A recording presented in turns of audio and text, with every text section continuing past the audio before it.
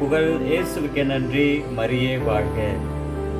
ஓ பரிசுத்த ஆவியே, என் ஆன்மாவின் ஆன்மாவே, உம்மை ஆராதனை செய்கின்றேன். இறைவா ஆராதனை செய்கின்றேன்.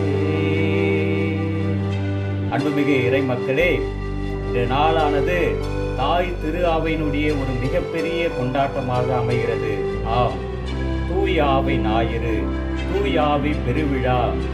அன்னை மரியாள் மீதும் சீடர்கள் மீதும் திருத்துதர்கள் மீதும் நெருப்பு போன்ற நாவடிவில் தூய ஆவியானவர் ஒவ்வொருடைய உள்ளத்திலும் உடலிலும் முழுமையாக இறங்கி வந்த அந்த ஒரு பரிசுத்தமான நாளை, தூய ஆவி நம் ஒவ்வொருவருக்கும் துணையாளராக கொடுக்கப்பட்ட அந்த பெந்தகோஸ்து பெருவிழாவை தூய ஆவின் விழாவாக இன்றைய நாளிலே நாம் சிறப்பித்து மகிழ்கின்றோம்.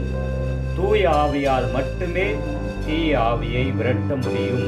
தூய ஆவியால் நம்பிக்கை கொள்பவருடைய வாழ்வே வளமாகும், நலமாகும். தூய ஆவி என்பவர் யார்? தூய ஆவி என்பவர் இறைவன். தூய ஆவி என்பவர் புறா கிடையாது. தூய ஆவி என்பவர் நீர்த்திரள் கிடையாது. தூய ஆவி என்பவர் பெரும் காற்று கிடையாது. தூய ஆவி என்பவர் நெருப்பு போன்ற நார் கிடையாது. இவையெல்லாம் அடையாளம். தூய ஆவி என்பவர் மூன்றாம் ஆள், தந்தையோடும் மகனோடும் ஒரே செயலில் ஈடுபடுகின்ற, ஒன்றித்து செயல்படுகின்ற மூன்றாம் ஆள்.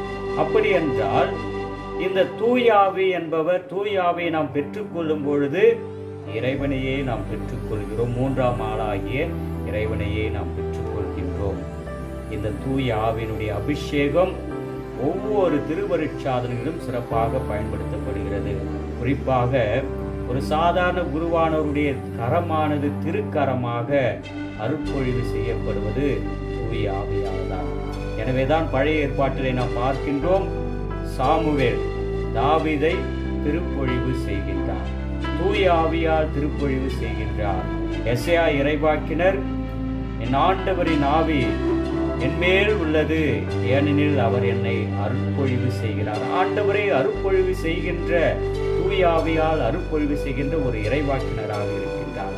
எசேயா இறைவாக்கினர் சொல்கின்ற அதே அருட்பொழிவினுடைய ஜெபம் ஆண்டவர் இயேசு கிறிஸ்து தன்னுடைய பணிவாழ்வை, இறை போதனையை, இறை வார்த்தையை போதிப்பதற்கு முன்பாக சொல்கிறார், என் ஆண்டவரின் ஆவி என்மேல் உள்ளது, ஏனெனில் அவர் என்னை அபிஷேகம் செய்துள்ளார். தூய ஆவியால் அபிஷேகம் செய்துள்ளார். ஏழைகளுக்கும் எளியோருக்கும் நற்செய்தி அறிவிக்கவும், சிறைப்பட்டோருக்கு விடுதலை கொடுக்கவும், அருள் தரும் ஆண்டினை முழக்கமிடவும் தூய ஆவியினுடைய அருளை ஆண்டவர் இயேசு கிறிஸ்துவுக்கு கொடுத்திருக்கிறார் என்பதை, இந்த தூய ஆவியினுடைய வல்லமையை நாம் உணர்கின்றோம். தூய ஆவியை பழைய ஏற்பாட்டிலிருந்து புதிய ஏற்பாடு, திரு அவையினுடைய வரலாறு இன்று நம் வாழ்வில் ஒவ்வொரு காலகட்டத்திலும் செயல்பட்டு வருகிறது. பழைய ஏற்பாட்டிலே தொடக்க நூல் 1ஆம் அதிகாரம் 2வது வசனத்திலே, தொடக்கத்திலே தூய ஆவியால் தண்ணீர் மீது அசைந்தாடி கொண்டிருந்தார். தொடக்கமும் தூய ஆவியே, முடிவும் தூய ஆவியே, வாழ்வும் தூய ஆவியே, வழியும் துணைய தூய ஆவியே.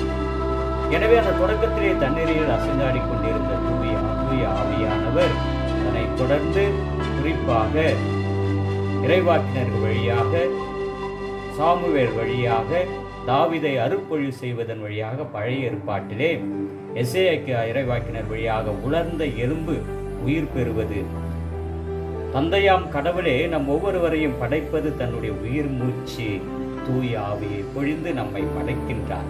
எனவே நம் ஒவ்வொருக்குள்ளும் அந்த தூய ஆவி இருக்கின்றது.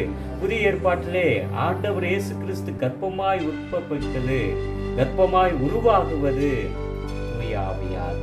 அன்னை மரியாள் தூய ஆவியால் கர்ப்பமாக உற்பவிக்கின்றார். ஆண்டவர் இயேசு கிறிஸ்து கருவாக உருவாவதும் தூய ஆவியால் தான். அதன் பிறகு திருமுழுக்கு பெறுவதும் தூய ஆவியால் தான். அதனால் அழகியால் சோதிக்கப்படுவதற்கு பாலைவனத்துக்கு அழைத்துச் செல்வதும் தூய ஆவியால் தான். இறை ஞானத்தில் வளர்வதும் வல்லமையில் வளர்வதும் தூய ஆவியால் தான். இறை வார்த்தையை போதிப்பதும் தூய ஆவியால் தான். அவர் இறந்து உயிர்த்தெழுந்து தன்னுடைய சீடர்களுக்கு தோன்றி, நான் உங்களுக்கு துணையாளரை தருவேன் என்று உறுதி கொடுப்பதும் அந்த தூய ஆவிதான். தாம் சொன்னவாறே விண்ணகம் சென்ற பிறகு இன்றைய நாளிலே தூய ஆவியை பொழிகின்றார். அந்த தூய ஆவியினுடைய பொழிதல் விழாதான் பெருவிழாதான் பெந்தகோஸ்து என்று அழைக்கப்படுகிறது. 2000 ஆண்டுகளுக்கு முன்பு அன்னை மரியாள் மீதும் திருத்தூதர்கள் மீதும் அப்போஸ்தலர்கள் மீதும் சீடர்கள் மீதும் பொழிந்த அந்த தூய ஆவியினுடைய விழாவை பெருவிழாவை பெந்தகோஸ்து என்று கொண்டாடினோம். இன்று நாம் ஒவ்வொரு நாளும் குறிப்பாக ஆயத்தந்தையினுடைய தலைமையில் அவருடைய திருக்கரத்தினால் உறுதி பூசுதல் என்ற திருவருட்சாதனத்தை பெறும்பொழுது அதே தூய ஆவியை நாமும் பெற்றுக்கொள்கிறோம். எனவே இது புதிய பெந்தகோஸ்து என்று அழைக்கப்படுகிறது.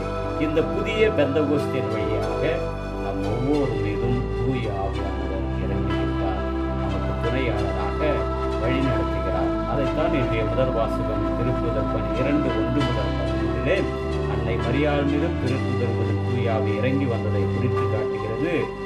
ஆவியை அனுப்பி மன்னகத்தின் முகத்தை புதுப்பிக்கின்ற, புது பொலிவு கொடுக்கின்ற, உற்சாகம் கொடுக்கின்ற, ஆறுதல் கொடுக்கின்ற, சக்தியை கொடுக்கின்ற, எனர்ஜி பூஸ்ட் கொடுக்கின்ற ஒரு ஆவிதான் தூய ஆவி என்பதை திருப்பாடல் ஆசிரியரும் அதனைத் தொடர்ந்து இந்த நற்செய்தி யோவான் 15 தந்தையிடமிருந்து நான் உங்களுக்கு அனுப்ப போகிற துணையாளர் வருவார். தூய ஆவி என்றாலே நண்பர், துணையாளர், வழிகாட்டி, வாழ்வு கொடுப்பவர், நல்லது எது கெட்டது என்று பிரித்து நல்லதை மட்டும் செய்ய துணை செய்பவர் தான் தூய ஆவி துணையாளர். அந்த துணையாளரை, அந்த தூய ஆவியை, வாழ்வு கொடுப்பவரை, நல்வழிப்படுத்துவரை, புதுப்பிக்கவரை இந்த நாளிலே மரம் விரித்து நம்முடைய உள்ளத்திலும் வாழ்விலும் வரவேற்போம்.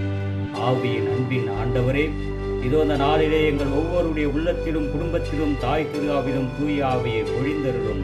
தூய ஆவினுடைய துணையோடு நாங்கள் நல்லவற்றை செய்யவும், எங்கள் வாழ்வில் பாவங்கள் அற்று தூய்மை மிகு வாழ்க்கை வாழவும், என்றும் தவறுதல் அல்லது பாவத்தை செய்கின்ற நேரத்திலே தூய ஆவியானவர் எங்களை அந்த பாவத்தை செய்யாமல் இருக்க துணையாக இருந்து எங்களை வழிநடத்துவராக. தூய ஆவினுடைய அருட்பொழிவை பெற்ற மக்களாக என்றென்று தூய ஆவினுடைய சாட்சிகளாக மாற வாழ எங்களை ஆசீர்வதியும். ஓ பரிசுத்த ஆவியே, எங்கள் ஒவ்வொருவரையும் ஒரு பலத்தால் நிரப்பியருளும். ஆமென். இயேசுவுக்கு புகழ், இயேசுவுக்கு நன்றி. மரியே வாழ்க. அனைவருக்கும் தூய ஆவியின் பெருவிழா நல்வாழ்த்துக்களை மகிழ்ச்சியோடு தெரிவிக்கிறேன்.